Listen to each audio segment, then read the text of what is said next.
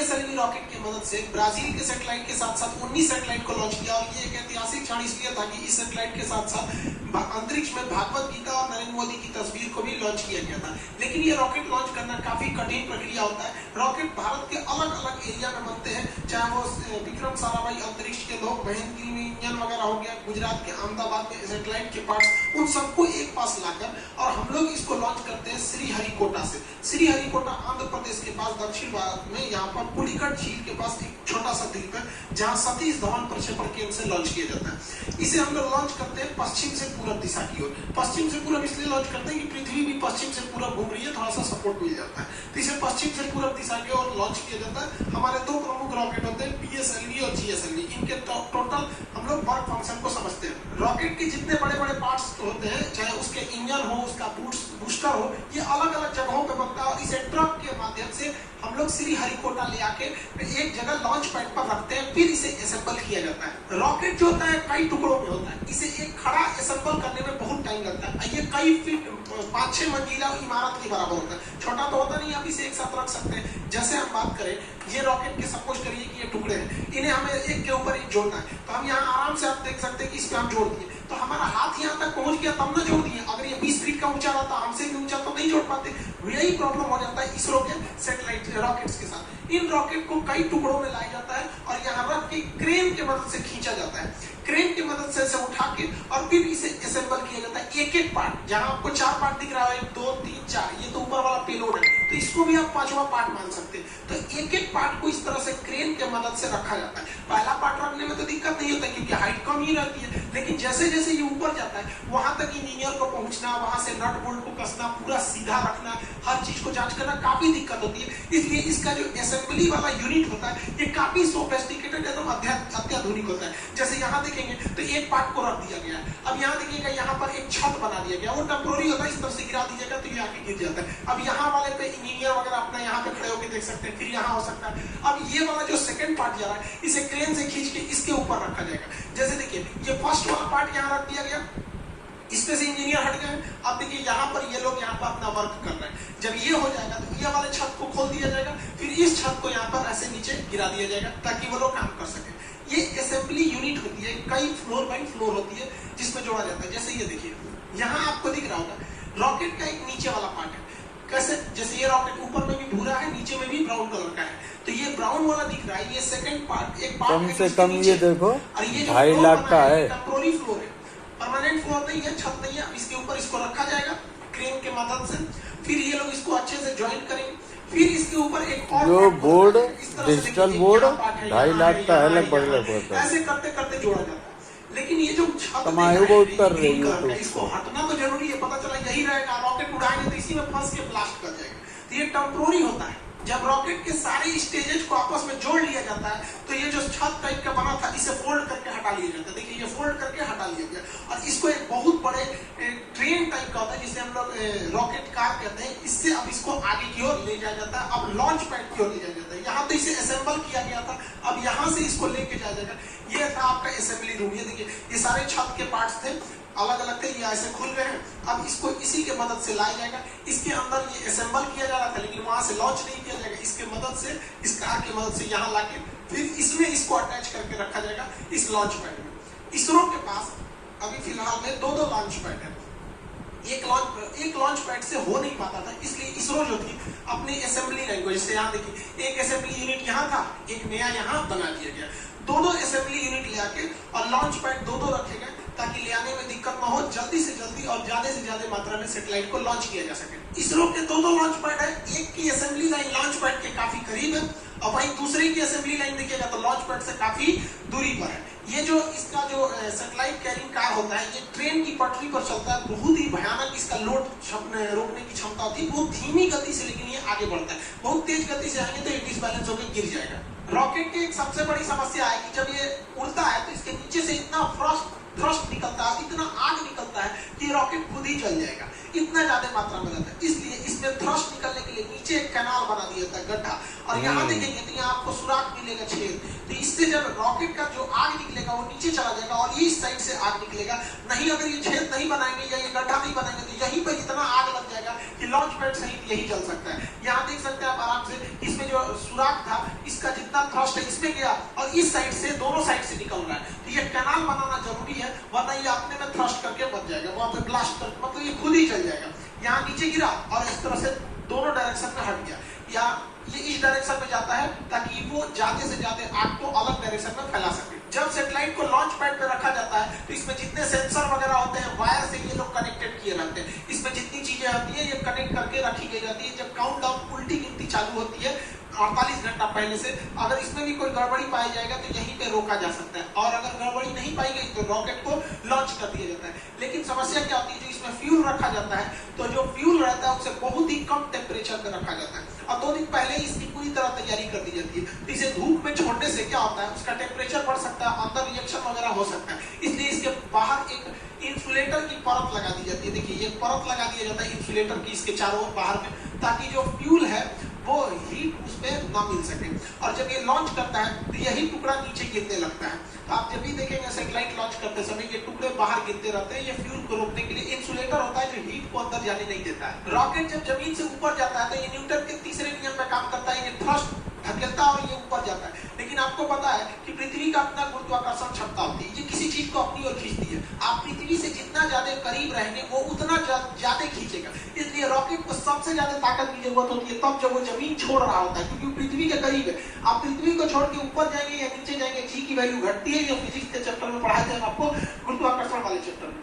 तो वहां पर यहाँ ज्यादा जरूरत है स्टार्टिंग पोजीशन पे, इसलिए रॉकेट का ये जो मेन इंजन होता है, ये मेन पार्ट, इसके अलावा इस साइड से छोटे छोटे और रॉकेट जोड़ दिए जाते हैं जिन्हें हम रॉकेट बूस्टर कहते हैं। ये 6 की संख्या में होते हैं बूस्टर। अब जो पीएसएलवी का बूस्टर है वो छोटा होता है और जीएसएलवी का बूस्टर बड़ा होता है। आगे समझाएंगे दोनों में अंतर क्या होता है। यहाँ देखिए ये बूस्टर है, ये बूस्टर, और ये मेन रॉकेट है ऊपर।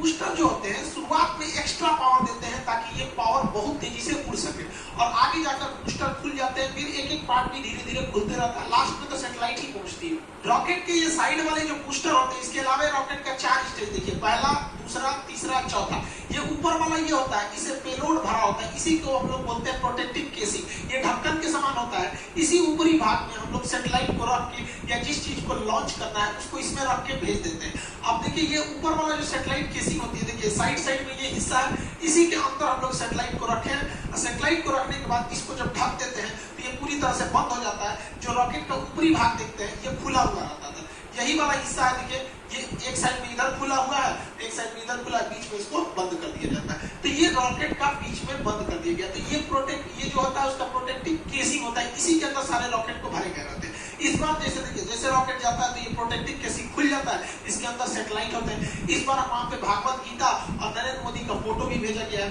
नरेंद्र मोदी का फोटो इसलिए भेजा गया कि जैसे ही मोदी जी 2014 में शपथ लिए थे तब भी उन्होंने सार्क की मीटिंग में कह दिया था कि इसरो सार्क देशों के लिए एक सैटेलाइट लॉन्च करेगी। पाकिस्तान बाद में उसमें से अलग हो गया। तो मोदी जी की विजनरी में इसरो का काफी ज्यादा योगदान रहा, मतलब वो इस साइंटिफिक चीजों को काफी आगे बढ़ाते हैं, इसलिए इसरो ने इनकी तस्वीर को अंतरिक्ष में भी भेजा था। और भागवत गीता को तो शांति का एक संदेश के रूप में, कि भागवत गीता एक तरह का क्या है, मतलब कई तरह के जो सांसारिक सवाल होते हैं उनको उनका एक उसमें जवाब एक तरह से कर लिया। जैसे मान के चलिए कुछ लोग कहते हैं कि हमारा जीवन बहुत कष्टमय हो गया है, भाग साथ नहीं दे रहा है, नसीब साथ दे रहा है। उन लोगों को कहते हैं कि भाई साहब कभी फुर्सत मिले ना तो भागवत गीता में कर्ण की जीवनी पढ़ लीजिएगा। बेचारा जब से पैदा हुआ और जब तक मृत सैया पर भी लेटा था तो भी अपना दांत तोड़ के वो दर्द दे दिया था। तो जो लोग को लगता है कि मेरा नसीब खराब होता है, एक बार कर्ण का देखिएगा फिर समझ में आएगा आपका दुख कितना बड़ा और कितना छोटा है। खैर अपने टॉपिक पे आते हैं। इस बार 28 फरवरी 2021 को इसरो ने लॉन्च किया, तो अपने साथ टोटल 19 सैटेलाइट को लॉन्च किया गया था। इसमें एक ब्राजील का बना हुआ वहां पर एमेजोनिया 1 नाम का सैटेलाइट था जो काफी महत्वपूर्ण था। इसे PSLV-C 51 रॉकेट से छोड़ा गया।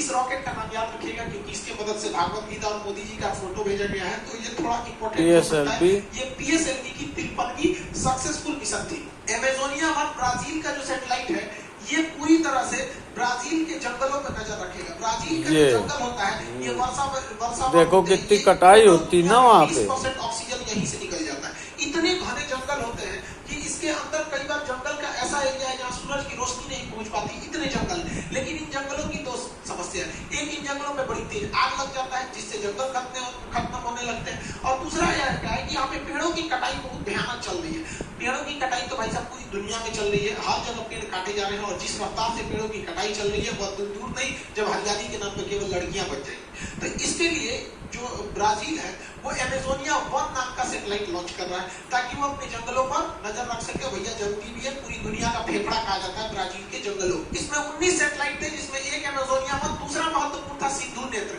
सिंधु नेत्र समुद्री क्षेत्र पर निगरानी के लिए किया गया क्योंकि घुसपैठ वगैरह न हो। आप याद कीजिए सिंधु नेत्र अपना इंडियन गया है छोटे मोटे जहाजों से, इस वजह से वो समुद्री एरिया में किसी भी संदिग्ध जहाज देखो आ गया वही नाम सिंधु सभ्यता का, वगैरह जो घुसते हैं या स्मगलर सिंधु सब सिविलाइजेशन।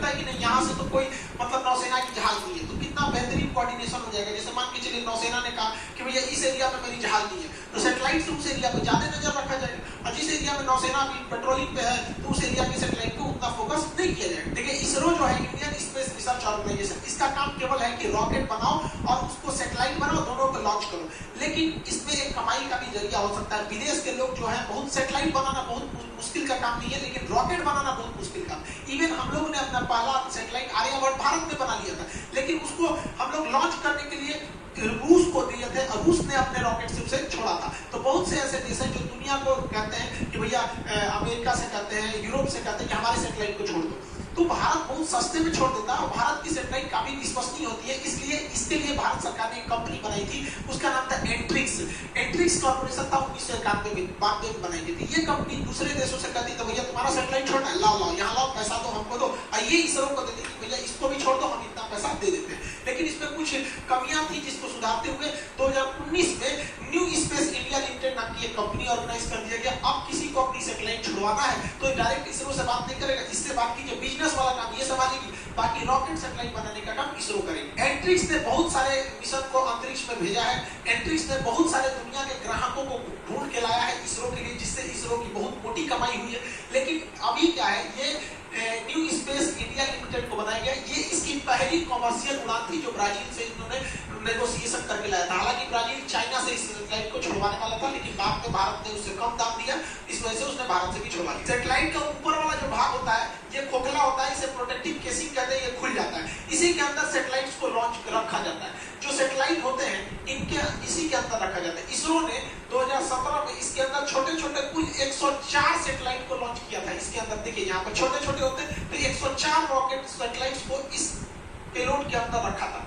जब ये जाते थे तो वर्ल्ड रिकॉर्ड बना था तब तो अंतरिक्ष में चले जाते हैं। 600 से 900 किलोमीटर ऊंचाई पे जाने के बाद पृथ्वी का गुरुत्वाकर्षण खत्म हो जाता है, फिर वो घूमने लगते हैं। इन सैटेलाइट को ऊर्जा यानी एनर्जी मिलती है। इन पर सोलर पैनल लगे होते हैं, इनमें सोलर पैनल से इनमें एनर्जी लगी होती है, मतलब एनर्जी ले रहते हैं ये सोलर पैनल से। और इसके अंदर छोटा सा एक तो मोटर भी होता है जिससे कि ये अपने डायरेक्शन और अपने पाथ को चेंज कर सकते हैं। तो रॉकेट केवल अंतरिक्ष में जाके ये खुल जाएगा और सबको ऐसे फेंक देगा और वहां गुरुत्वाकर्षण नहीं है तो सब इधर उधर तैरेंगे, तो 1 by 1 सबको अपने अपने ऑर्बिट में फिट कर दिया जाता है। रॉकेट इंजन और जेट इंजन में अंतर क्या होता है? हवाई जहाज में जेट इंजन लगा होता है, ये बाहर से ऑक्सीजन ले लेता है, जबकि अंतरिक्ष में तो ऑक्सीजन ही नहीं है। इसलिए रॉकेट इंजन उस इंजन को कहते हैं जो अपना खुद का ऑक्सीजन का सिलेंडर ले जाता है। तो जिस सिलेंडर में ऑक्सीजन रहता है उसे हम ऑक्सीडाइजर कहते हैं और जिसमें फ्यूल रहता है उसे फ्यूल टैंक कहते हैं। ये दोनों रहता है, इसे एक पास लाया जाता है पाइप के माध्यम से कंबशन चेंबर में और वहां पे आग लगाया जाता है। आपको पता है बिना ऑक्सीजन में फ्यूल कितना भी दे दीजिएगा, जब तक ऑक्सीडाइजर यानी ऑक्सीजन नहीं मिलाइएगा आग नहीं पकड़ेगा। तो इन सबको मिला के पाइप के माध्यम से यहाँ लाया जाता है कंबशन चेंबर में और इसमें ब्लास्ट आग लगाया जाता है। और आग जब लगता है तो वह आग निकलने का रास्ता खोजती है। अब इस निकलने के रास्ता को इतना पतला कर दिया जाता है कि वो निकलती है तो ये रॉकेट को थ्रस्ट में उठा देती है। ये देखिएगा यहाँ पे काफी पतला कर दिया जाता है। इस पतला होने की वजह से न्यूटन के थर्ड लॉ के हिसाब से एक्शन रिएक्शन होता है और ये रॉकेट ऊपर की ओर जाने लगता है। भारत के पास 2 फेमस रॉकेट है, एक पीएसएलवी है, ये छोटी उड़ान के लिए होता है। पीएसएलवी ज्यादा ऊंचा पे नहीं ले जा सकता है, पीएसएलवी 600 से 900 किलोमीटर की ऊंचाई पर ही ले जा सकता है। ये 2 टन के ही टोटल रॉकेट को सैटेलाइट को ले जा सकता है। एक ही सैटेलाइट भेज दीजिए 2 टन का या कम रेट के ज्यादा सैटेलाइट को छोड़ सकते हैं। ये पोलर सैटेलाइट होता है। पोलर उसे कहते हैं जो पृथ्वी के पोल यानी ध्रुव पर घूमे, ध्रुवीय सैटेलाइट होता है, ऊपर नीचे करता है। तो ये पृथ्वी के ऊपर नीचे इस तरह से घूमता है। इसलिए हम लोग सन सिंक्रोनस भी कहते हैं क्योंकि सूर्य कहीं भी रहेगा, ये अगर घूमते रहेगा तो सूर्य यहाँ से सूर्य दिखाई दे देता है। ये कम ऊंचाई पर होता है इसलिए ये मौसम की मतलब जानकारी दे देता है, कहीं कहीं जासूसी का काम कर देता है, निगरानी वगैरह का काम कर, मतलब ये सब काम कर देते हैं, मौसम वगैरह का काम कर देता है। इसे छोड़ने के लिए पीएसएलवी रॉकेट का प्रयोग किया जाता है। ये 4 स्टेज का रॉकेट होता है। साइड में तो बूस्टर लगे हैं, इनकी बात नहीं करते हैं। ये इतना भरोसेमंद रॉकेट है कि 1993 से आज तक ये केवल 2 बार फेलियर हुआ है। एक तो शुरुआत में ही फेलियर हो गया, एक बार बाद में थोड़ा सा 2013 के पास आके थोड़ा सा फेलियर हो गया था। लेकिन उसके बाद आज तक ये दुनिया में सबसे ज्यादा एक्यूरेसी इसी सैटेलाइट का है। इसी ने चंद्रयान 1 दिया, इसी ने चंद्रयान 2, इसी ने मंगलयान भेजा, इसी ने एक साथ 104 सैटेलाइट को लॉन्च किया। बहुत भरोसेमंद है। इसके 4 स्टेज है। पहला सॉलिड, फिर लिक्विड, फिर सॉलिड, फिर लिक्विड, यानी सॉलिड लिक्विड सॉलिड। तो इस तरह से व्हाइट कलर वाला सॉलिड है, इसमें लिक्विड फ्यूल भरा गया है। देखिए सॉलिड फ्यूल जो होता है वो कंट्रोल नहीं हो पाता है। दिवाली का जो रॉकेट होता है उसमें सॉलिड फ्यूल होता है, बारूद भरा होता है, मानिए 10 सीधे उड़ जाता है, वो कंट्रोल नहीं होता है। लेकिन पृथ्वी के अलग अलग वातावरण में स्पीड अलग चाहिए, पावर अलग चाहिए, इसलिए अलग अलग स्टेज लगाए जाते हैं। लिक्विड वाला जो स्टेज होता है वो अच्छा माना जाता है क्योंकि आपके कंट्रोल में रह सकता है। जो सॉलिड वाला हिस्सा होता है उसमें फ्यूल के रूप में हाइड्रोक्सी टर्मिनेटेड पॉलीब्यूटाडाइन का प्रयोग किया जाता है। जो लिक्विड वाला हिस्सा होता है, इंजन लिक्विड का जो पार्ट होता है, उसमें हम लोग जो प्रयोग करते हैं इसमें लिक्विड वाले में एसिमेट्रिक डाइमेटाडाइन हाइड्रोजाइन का प्रयोग करते हैं। उसके साथ साथ नाइट्रोजन ऑक्साइड का प्रयोग किया जाता है। तो सॉलिड में ये, लिक्विड में ये, फिर ये सॉलिड, फिर लिक्विड। ये तो प्रोटेक्टिव केसिंग है, इसके अंदर सैटेलाइट लगे रहते हैं। यही रॉकेट है। रॉकेट एक बार गया, इस सैटेलाइट को लॉन्च किया, बाकी ये हिस्सा अंतरिक्ष में तैरते रहता है, जिसे अंतरिक्ष कचरा के नाम से जानते हैं। कभी कभी देखते होंगे सैटेलाइट की लॉन्चिंग टाल दी जाती है। क्या होता है कि जो सैटेलाइट को छोड़ने का रास्ता था उसी में कोई कचरा वगैरह आ जाता है, तो उसको टकराने का डर रहता है, इसलिए उसके लॉन्च को डिले कर दिया जाता है। दूसरा जो सैटेलाइट है वो होता है GSLV, geo synchronous satellite launch vehicle. ये जो होता है ये बहुत ही पावरफुल होता है। इसका एक तो सॉलिड हो सकता है, लेकिन 36,000 किलोमीटर दूर जा सकता है। क्रायोनिक इंजन होता है। ये बहुत ही टफ टेक्नोलॉजी है क्रायोनिक इंजन। इस पर अलग वीडियो बनाएंगे, क्रायोनिक इंजन पे समझा देंगे। ये सैटेलाइट पोलर की तरफ ऊपर नीचे नहीं घूमता है, बल्कि ये इस डायरेक्शन में घूमता है। पोलर सैटेलाइट जो था वो केवल 600 से 900 किलोमीटर की ऊंचाई पर घूम रहा था, ये 36,000 किलोमीटर की ऊंचाई पर घूमता है। और इसकी खासियत क्या होती है, जब कोई चीज पृथ्वी से 36,000 किलोमीटर की दूरी पर कर देंगे तो इसको पृथ्वी का चक्कर लगाने में उतना ही समय लगेगा जितना पृथ्वी अपना एक चक्कर लगाने में करते हैं। यानी ये पृथ्वी के साथ साथ घूमने लगेगा। यानी अगर आपने किसी सैटेलाइट को इस कक्षा में भेजा है और इसको सेंटर कर दिया कि दिल्ली पर घूमे, तो जितना तेजी से पृथ्वी घूमेगी, यानी पृथ्वी 24 घंटे में एक चक्कर लगाती है, तो ये जियो सिंक्रोनस सैटेलाइट भी 24 घंटे में एक चक्कर लगाते हैं। यानी अगर इसको भेजने के टाइम आप इसे जिस शहर के ऊपर सेट कीजिएगा, ये हमेशा उसी शहर के ऊपर अपनी नजर गड़ाए रखेगा। इसलिए ये मिलिट्री के यूज में बहुत ज्यादा आ जाता है, लेकिन ये काफी दूरी पर होता है। इसको छोड़ने वाला रॉकेट भी खतरनाक होता है, GSLV, geo synchronous satellite launch vehicle. Bharat के पास दुनिया के सबसे आधुनिकतम सैटेलाइट लॉन्च व्हीकल है। सैटेलाइट भी है हमारे पास, पीएसएलवी है छोटी उड़ान के लिए, और ये बाहुबली है जीएसएलवी। ये दुनिया में सबसे खतरनाक अभी है। आज इसरो का लोहा पूरी दुनिया मानती है, जबकि इसी इसरो सब ढक्कन है। जब इसरो के वैज्ञानिक जो थे और पहली जगह उड़ान साइकिल में बह रहा है। ये नारियल के पेड़ में बांध के रॉकेट उड़ाए थे। इनके पास आज की तरह इतनी बड़ी क्षमता नहीं थी। तब रूस, अमेरिका, ब्रिटेन और यूरोप जैसे देश भारत को देखकर हंसते थे और ये कहते थे कि ये दुनिया का एकमात्र देश है जो बैलगाड़ी से सैटेलाइट को लॉन्च करता है। ठान लेते हैं ना तो पहाड़ चीर देते हैं, या अंतरिक्ष क्या चीज होता है यहाँ पर। जुगाड़ है हिंदुस्तान का भैया।